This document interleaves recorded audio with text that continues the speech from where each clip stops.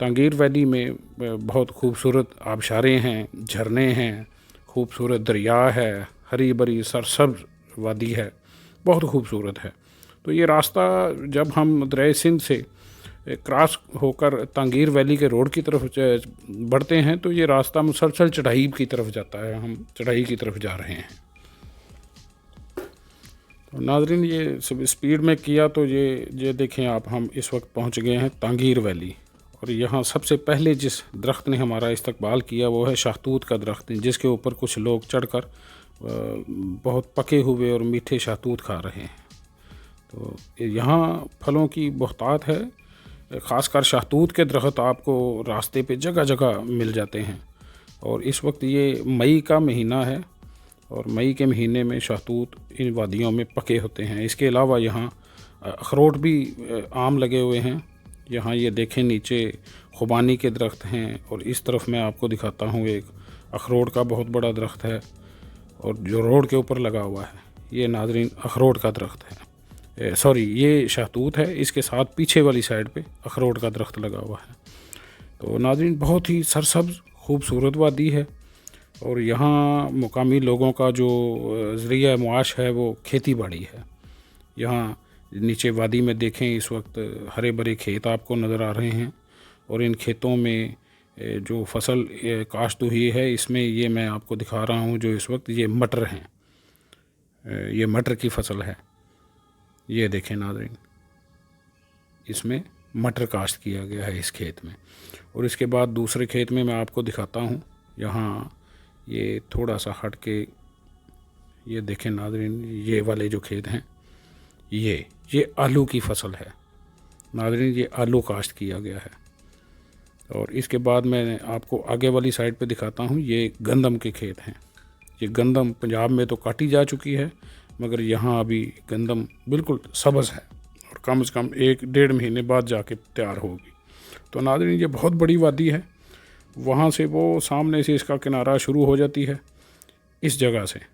اور وہاں سے یہاں تک یہ جہاں ہم کھڑے ہیں یہ پورا وادی کا ایریا ہے، بلکہ یہ وادی 2 حصوں پہ مشتمل ہے۔ جہاں ہم کھڑے ہیں اس کو تانگیر لرک کہتے ہیں، اور ناظرین وہ دیکھیں سامنے ایک آبشار نظر آ رہی ہے، اس لیے ہم آگے بڑھتے ہیں تاکہ پاس جا کر آپ کو آبشار کے نظارے بھی دکھائے جا سکیں۔ تو آئیں ہمارے ساتھ آگے آبشار کی طرف چلتے ہیں۔ اور یہ دیکھیں ناظرین، یہ بہت خوبصورت آبشار ہے، اور بہت لمبی آبشار ہے جو اوپر سے پہاڑ سے نیچے کی طرف گرتا ہوا، بہت خوبصورت صاف شفاف پانی جو پتھروں کے ساتھ اٹکیلیاں کرتا ہوا نیچے کی طرف دریائے تانگیر میں آ کے گرتا ہے۔ تو ناظرین اس کے علاوہ بھی یہاں چھوٹی آبشاریں بہت زیادہ ہیں، مگر آپ کو پتہ ہے کہ اگر تمام وادی کی ہر جگہ کو دکھایا جائے تو بہت زیادہ ٹائم درکار ہوتا ہے، اس لیے میں آپ کو جو مین بڑی آبشار ہے یا دریا ہے یا جو وادی کے مین حصے ہیں نا، میں وہ آپ کو دکھاتا جاتا ہوں۔ اور ناظرین بہت خوبصورت آبشار ہے، بہت ہی پیاری، ایسے لگتا ہے جیسے پہاڑ سے دودھ نیچے آ رہا ہو، اتنا شفاف اور اتنا سفید پانی ہے اس آبشار کا۔ تو ناظرین یہ آبشار دیکھیں، اس کے بعد میں آپ کو دوسرے نظارے بھی وادی کے دکھاتا ہوں۔ بہت ہی پیاری آبشار ہے، اور اوپر سے نیچے بہتا ہوا صاف شفاف پانی جو قدرت کی خوبصورتی کو پسند کرنے والوں کے دل کو سکون پہنچاتا ہے۔ ناظرین یہ دیکھیں، یہاں یہ دریائے تانگیر، اس کا میں تھوڑا پانی کی رنگت دیکھ کے میں حیران ہو گیا کہ اس کے پانی کی رنگت نیلی یا سبزی مائل کہہ سکتے ہیں، بلکہ یہ نیلے اور سبز کے درمیان میں کچھ ایسا رنگ ہے اس کے پانی کا۔ تو اب میرا دل چاہ رہا ہے کہ میں دریا کے پاس کسی طرح پہنچوں اور آگے جا کے کوئی ایسا راستہ ڈھونڈوں جو مجھے نیچے دریا تک لے جائے، اور وہاں جا کر پھر میں آپ کو دریا کو قریب سے دکھاتا ہوں۔ اور چلیں ناظرین آگے دریا کے قریب جانے کے لیے کوئی راستہ ڈھونڈتے ہیں۔ تو یہ دیکھیں، یہ ساری تانگیر ویلی چلتی ہوئی ساتھ ساتھ جا رہی ہے، اور سامنے یہ سارا سبزہ جو ہے تانگیر ویلی کا ہے، اور نیچے جو بہتا ہوا دریا ہے یہ دریائے تانگیر ہے۔ تو لیں ناظرین، یہاں ہمیں نیچے دریا کی طرف جانے کے لیے راستہ مل ہی گیا۔ یہ کچا راستہ ہے، بہت زیادہ اترائی ہے، مگر چونکہ میرے پاس 4 ویل جیپ ہے اس لیے مجھے اترائی یا چڑھائی میں پرابلم نہیں ہوتی۔ 4 ویل لگا کر جیپ آسانی سے چڑھائی چڑھ جاتی ہے، اور اترتے ہوئے بھی 4 وہیل لگانا ضروری ہوتا ہے تاکہ گاڑی سلپ نہ کرے۔ تو ناظرین یہ دیکھیں، یہ چھوٹے جھرنے ہیں، خوبصورت جھرنے جو جگہ جگہ سے دریا میں گر کر اپنا حصہ ڈال رہے ہیں دریائے تانگیر میں۔ یہ دیکھیں، یہ دوسرا جھرنا ہے۔ اس طرح کے بے شمار چھوٹے چھوٹے جھرنے ہیں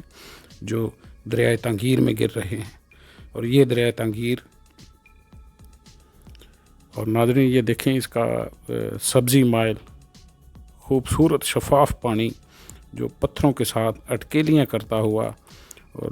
لہراتا ہوا، بل کھاتا ہوا نیچے دریائے سندھ کی طرف اپنا سفر کر رہا ہے،